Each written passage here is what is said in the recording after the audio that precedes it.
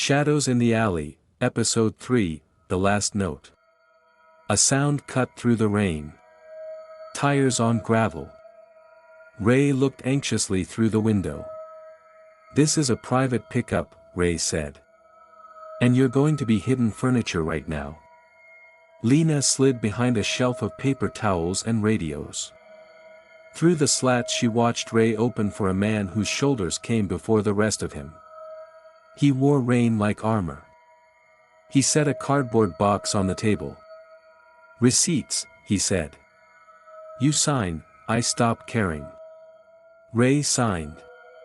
The man turned, and Lena saw his profile in a slice of light. It was the well-punched ticket face from the old photo. The former deputy mayor. Now he chaired a committee with a name that always sounded like a locked door, Public Integrity Initiative. He paused, looked at the shelf. The way prey looks behind glass. "You hear music?" he asked Ray. Ray blinked. "No, I do," he said. "Saxophone. Old cut." He smiled like it belonged to him. "Tell your subcontractors we don't need any more signatures. The story writes itself from here." He left. The trailer sighed. Ray did not move for a long count. Then she turned, grabbed a pen, and wrote a number on a 2x3 sticky note. She slid it onto the shelf without looking. "Maria," the note read. A number. A time. Tonight. Lena burned the digits into her memory and left as if she had never been there. At the waterfront diner, where the coffee always tasted like it remembered better days. Lena sat in a booth and watched the door. At midnight, Maria Varga slid into the seat across from her. She had pulled her hair back. She wore a coat that carried rain with respect. "You're alive," Maria said. "I tend to be," Lena answered. "Until I'm not." "You shouldn't have come," Maria said. "They've painted targets on any table I might touch." "Marco's dead," Lena said. Maria closed her eyes once like a door. "Then the circle closes." "Did you kill a man named Lyle Amberg?" Lena asked. "No," Maria said. No hesitation. "I have a list. The ones who smiled while my father was broken. Amberg isn't on it. Someone used your symbol at his scene." Maria's jaw set. "Then someone is building a cage around me. Or around you."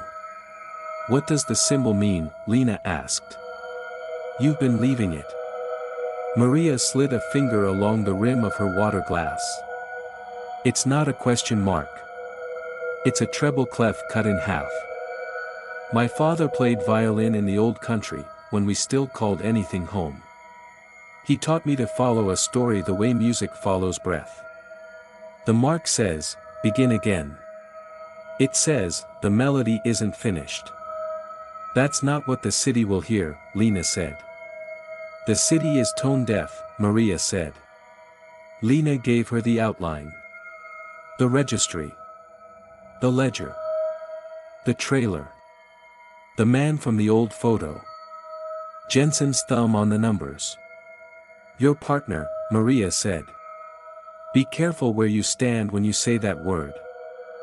"I'm past words," Lena said. "I need proof. I need to pull on a string and have a sweater come apart." Maria leaned in. The Public Integrity Initiative keeps its bribes inside its compliments. Their next gala is at the Union Station Concourse. A lot of handshakes. A lot of envelopes. A lot of faces that will swear they were never there. That's where you'll find him. That's where you'll find the man who smiled in your photo. "And you?" Lena asked. "I have one name left before the gala," Maria said. "He will not be at the station. He prefers shadows. We both do." "Don't do it tonight," Lena said. "Let me move first." Maria's eyes softened for the second time Lena had seen them do it.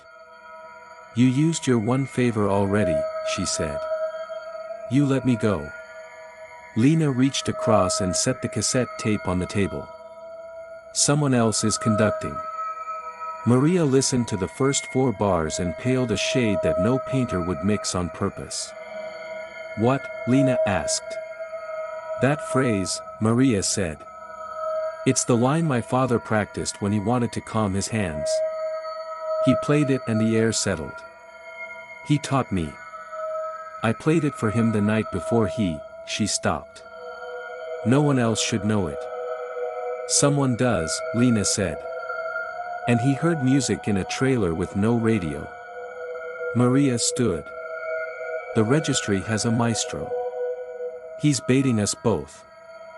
"Then we end the concert," Lena said. They parted without touching. Outside, the neon across the river blinked out and in as if counting down. Lena slept like a door left on one hinge and woke before dawn to a city already pretending it could forgive itself. She dressed in black and put a badge where a badge would do no good.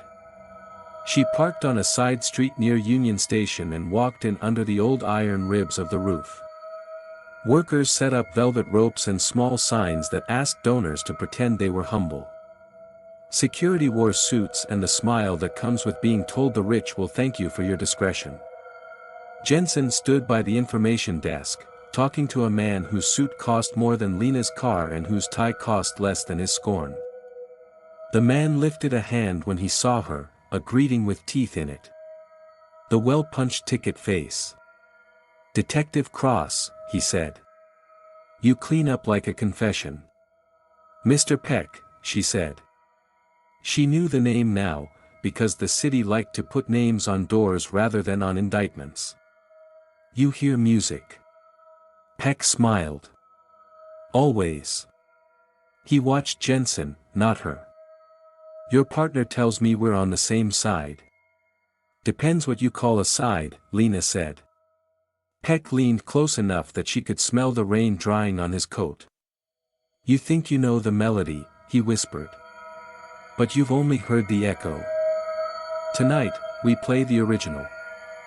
He walked away. Jenson stayed. He finally looked at her. Really looked. The nick under his jaw had healed. Something else had opened. "You're out of line," he said softly. "So are you," she said. He's going to tell Dolan, she thought. He's going to tell the city I can't be trusted. And he might be right. The gala began with speeches that stuck to the roof of the mouth. Cameras flashed. Hands clasped. Envelopes moved like small, polite ghosts. Lena moved along the edge, collecting the glances meant to miss her. Then the power stuttered. Lights dimmed to a prayer. The sound system hissed. A saxophone cut through the room, clean as glass. 4 bars. A hiccup. 4 again. On the balcony overlooking the concourse, a figure stood against the rail. Hat brim low. The music spiraled down like rain in a stairwell. Lena ran for the stairs. Jenson called her name. Cameras turned. Donors murmured that even the art was immersive this year. She reached the balcony. The figure had already moved, leaving only a smudge on the rail and a white curl on the glass door, the half-clef, drawn bold. Begin again. Down below, security swarmed the stage where Peck should have been. He was gone. In his place, an envelope with her name written in a hand she recognized from the archive memos. She opened it. A keycard. An address, Riverside Cold Storage. And a note. "Cross," it said. "If you want the melody, bring your partner." The rain stepped back onto the city as if called. Lena found Jenson at the edge of the crowd, jaw tight, eyes trying to stay dumb. She handed him the card. "Let's go," she said.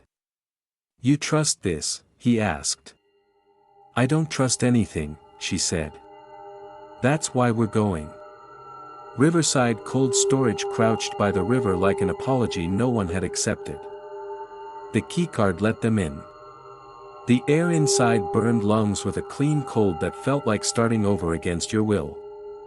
Rows of metal doors waited. On each, a unit number and a strip of frost. The saxophone echoed from nowhere and everywhere. They found the source in Unit 23. A small speaker sat on a crate, looping the 4 bars. Cables trailed to a timer. The rest of the space held boxes labeled with years. Agencies, and the art of never being found. Jenson touched a label. Task Force Evidence, he said. His voice dulled by cold and something else. Peck's stash, Lena said. There's an easier way to say that, a voice said behind them. Peck stood in the doorway, hands in his coat pockets, smile bright as a blade. Behind him, 2 men held guns in the lazy way of people who think they already own the room. Call it stewardship, Peck said. I keep what would only confuse the public. I conduct the city's song. I decide when the horns are too loud. You killed Marco, Lena said. I allowed Marco to stop being a liability, Peck said. He was tired. Tired men do rash things. You killed Amber to frame Maria, Lena said. Peck shrugged. Frame is an ugly word. I curated an exhibit. And the symbol, Lena asked. He tilted his head toward the looping music.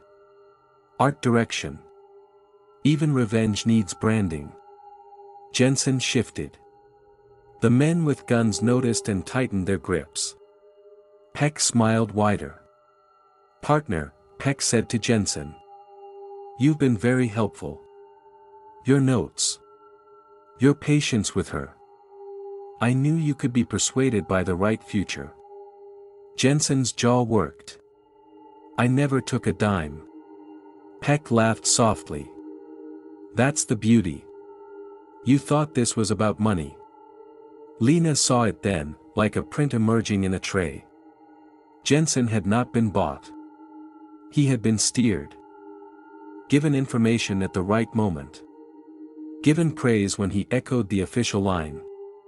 Peck had composed him. Here's the choice, Peck said.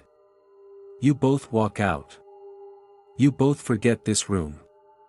Or you both stay, and your city reads a story about a detective and her partner found with sealed evidence they stole for a vigilante they secretly loved. A new sound cut the cold. The scrape of a bolt. The door to Unit 22 slid open. Maria stepped out, gun leveled, eyes like the part of night that does not end. You forgot to check the other room, she said to Peck. You always were a lazy conductor. Chaos is a simple machine when you pull the right lever. The first guard turned. The second guard hesitated. Jenson moved, finally picking a side. He slammed his shoulder into the first man. The gun went off, frozen thunder in a metal cave. T.